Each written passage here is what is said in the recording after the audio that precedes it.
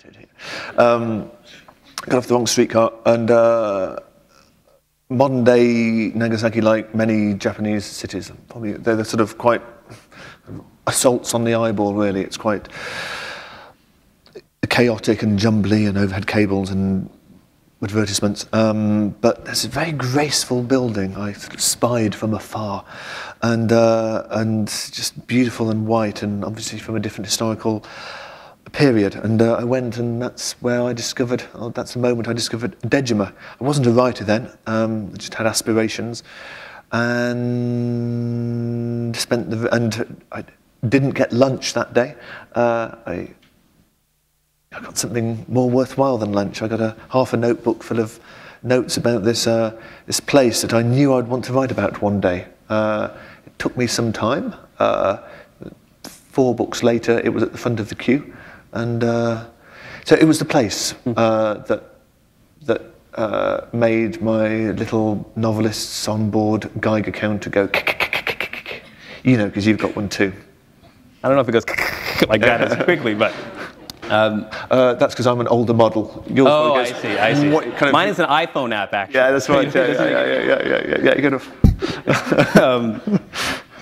What's strange in your pointing that this novel seems to, at least the idea of it, predates the other novels that you wrote, or that we've seen since. The big difference I found in reading this book was the third-person narration. Your earlier books feature a wild array of wonderful first-person narrators. Why did you choose to go with the third-person narrator this time? Because I wrote it in the first person for the first 18 months, and it wasn't working. And when it's not working, you have to sit down and with a blank piece of paper and write to yourself why it isn't working. And you have to be very honest, and sometimes it can be quite painful because it might involve throwing away quite a lot of work. But on the other hand, you wouldn't have reached that point without the work, so maybe it's necessary. However, it wasn't working in the first person, and I sure as hell couldn't write a 500-page book in the second person. But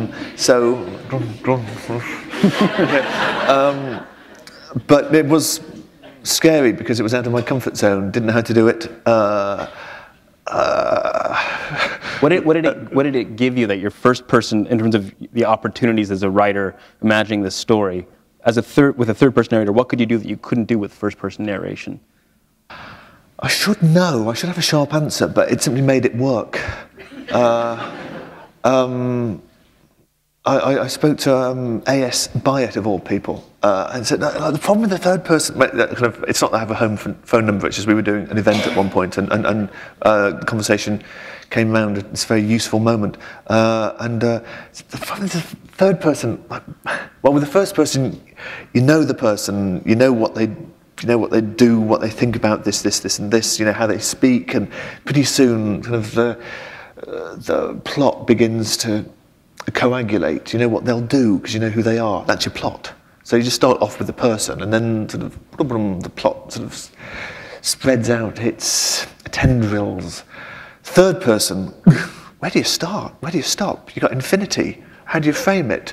What do you leave in, and what do you leave out, and what do you put in? And Antonia Byatt it gave me her special Paddington stare and said, you put in what you think the reader wants to hear. Okay. Maybe a creative writing course could have been a good idea. Yeah, okay. And then, of course, you've got kind of a spectrum of third-person narrative. You've got those sort of the 18th century ones in a way where the novel started, where you have omniscience and those sort of those mad sod novels from the 18th century, Fielding and Smollett. Smollett's great, really. Where he's, hello, welcome to my novel. He literally writes this at the beginning of Tom Jones, well, not quite literally, but almost. Step inside. We're going on a stagecoach journey together. I'm going to tell you about this chap called Tom Jones. And at this point, Tom was thinking. So this is omniscience. But then, I don't know. That's not done very often these days. And you kind of see why. Just wrote myself a few. You have to work out what to do with thought. Whose thoughts are you going to be able to hear? And so I just wrote myself a simple ground rule. There's per section of writing, there is only one head upon which the third person narratorial helmet, the 3NH for short, it's obtainable as an app, by the way, sits, and it's kind of got a spike that goes into the brain, and only that head can you hear the thoughts of. So that was my rule, and I stuck with it. And you should definitely teach creative writing. I can imagine the students hearing that and thinking that makes total sense. I'll go out and do that with the spike on the head. I can imagine the students hearing that and thinking, I want my money back. So are you a first-person junkie, or are you a third-person? I'm a third-person control freak myself. Right.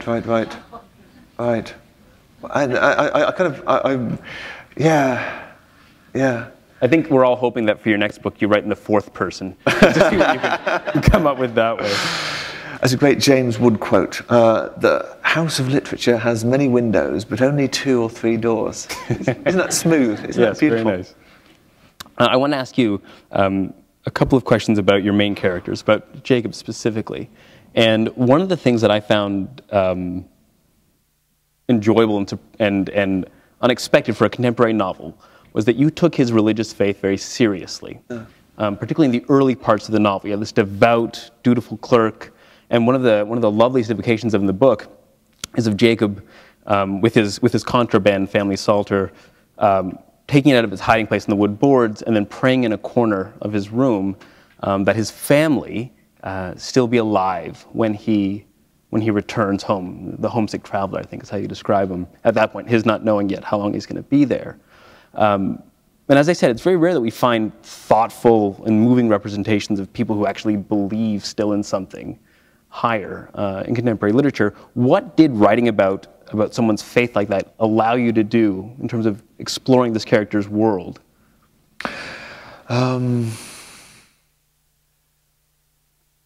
It's not so much for what it would allow me to do as it needed to be there for the book to work. This is sort of the overriding question, and I guess you're the same. Looking at it backwards and deconstructing a done book, then you can sort of see the pieces. But before, when it's not yet a done book, when it's a not nearly yet done but the advance is spent book, at that stage, I keep talking about money, don't I? It's sort of worrying. The overriding question is, what can I do to make this damn thing work? And firstly, Dejima and the Dutch East Indies Company were nests of thieves, nests of vipers, all in it for themselves, and that was taken for granted. By making Jacob not a viper, I immediately make him different to more or less everyone else in the book. Secondly, we're in the past. It's a historical novel. It doesn't do to... it took me a long time to learn this when I was writing the book, hence 4 years. But historical fiction isn't just another genre with old-fashioned costumes and scratchy wigs. It's a much more serious project to take on. Hey, you've written something started in 1899. You know all this.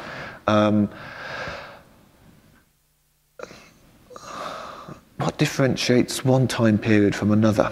And I think the answer is, it is what is taken for granted. A big set, a big walloping group of things that are taken for granted in one period that are not taken for granted in 2010. Right. One big thing that was taken for granted in the past, it wasn't a universally devout period, of course, but Christianity was a much more formative, overriding, believed in, mind-forming phenomenon and set of beliefs